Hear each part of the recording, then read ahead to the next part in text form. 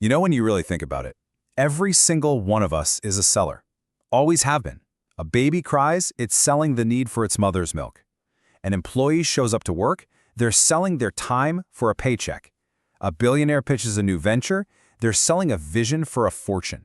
But here's the thing. If we're all playing the same game, why are the results so wildly different? Okay, let's get into this, because the answer is all about what you choose to sell. Now, have you ever really stopped to wonder about this? I mean, how is it possible that a CEO can make a 5-minute phone call that generates more value than someone else's entire lifetime of hard, back-breaking labor? It doesn't feel right, does it? But it pulls back the curtain on a fundamental truth about how our economy really works. It's a question that gets right to the heart of what separates wealth from poverty. And the answer, well, it's probably not what you think. And here it is, the cold, hard truth. The market is basically a giant, impartial calculator. It doesn't care about your sweat, your long hours, or how hard you tried. It only cares about two things: the impact you deliver and how hard you are to replace. This means we have to completely change how we think, move away from focusing on effort, and start focusing on creating undeniable value. So, to really wrap our heads around this, let's picture it as a ladder. Let's call it the value ladder. Where you are in this ladder pretty much determines your entire financial life. And it all comes down to what you're selling. Okay, down here at the very bottom, the lowest rung, you've got people selling raw time. This is the most common trap, and it's the least valuable thing you can sell, because everyone's got 24 hours. When you trade your day for a task that a machine could probably do, the market sees an infinite supply. You're easily replaceable. And the real tragedy? There's no buildup. The second you stop working, the money stops cold. You're not building a business. You're just renting out your life, hour by hour. Let's climb up one step. Here, you're selling a specialized skill. You're a doctor, an engineer, a talented coder. The market definitely pays you more, and that's because you've put in the work to make your skill rare. But, and this is a big but, you're still trapped. You're basically a high-class slave to time. A surgeon, no matter how brilliant, can't be in 2 operating rooms at once. Your value is still tied directly to your own physical body and the hours in your day. And that brings us to the very top of the ladder, selling systems. These are the people who have figured out how to detach their income from their time. They build engines, repeatable platforms, automated businesses that generate value 24/7 even when they're on vacation. They're not the ones hauling buckets of water. They're the ones who built the pipeline. For them, the system is the product. So how do you make that climb from selling your time to building a system? Well, you have to understand 2 master keys to the market's logic. The first one, and maybe the most important, is scarcity, or really, how irreplaceable you are. Just think about this for a second. One guy goes out and digs a well by hand. It takes him 10 days of brutal, back-breaking work. Another guy shows up with a massive drill rig and hits water in 1 hour. Now the result is exactly the same, one working well. So who gets the bigger paycheck? The technician with the drill, of course. Why? Because the market only pays for the result, the well. It doesn't pay a single extra dime for the craftsman's sweat and effort. And that's the whole lesson right there.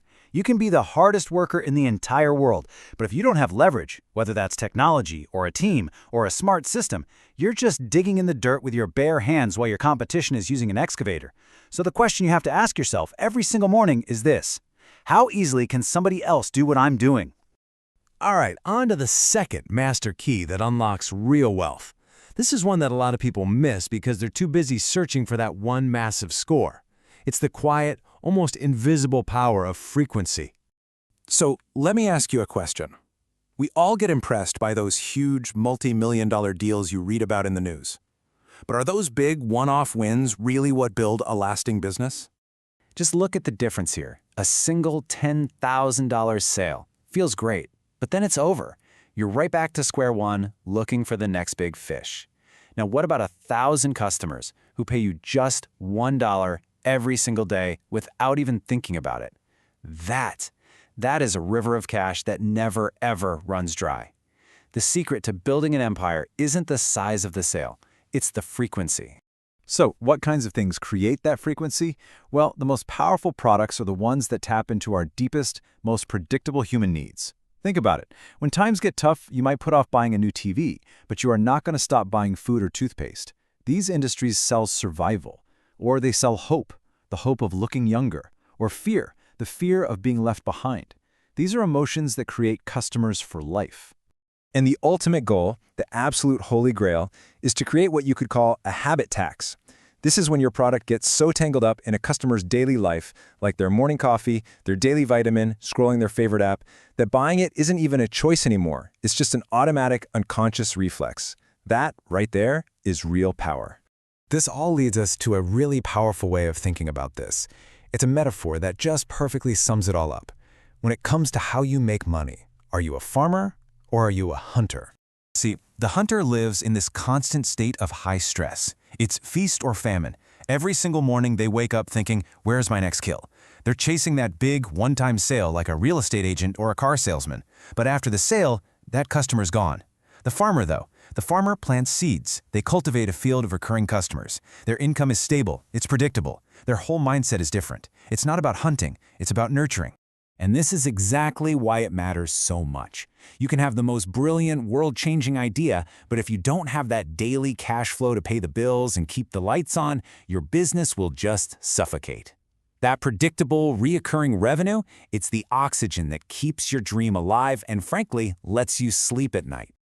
Okay, so we get the theory. We need to build systems, and they need to be based on scarcity and frequency. But how do we actually do it? Let's talk about how you can start building your own system right now.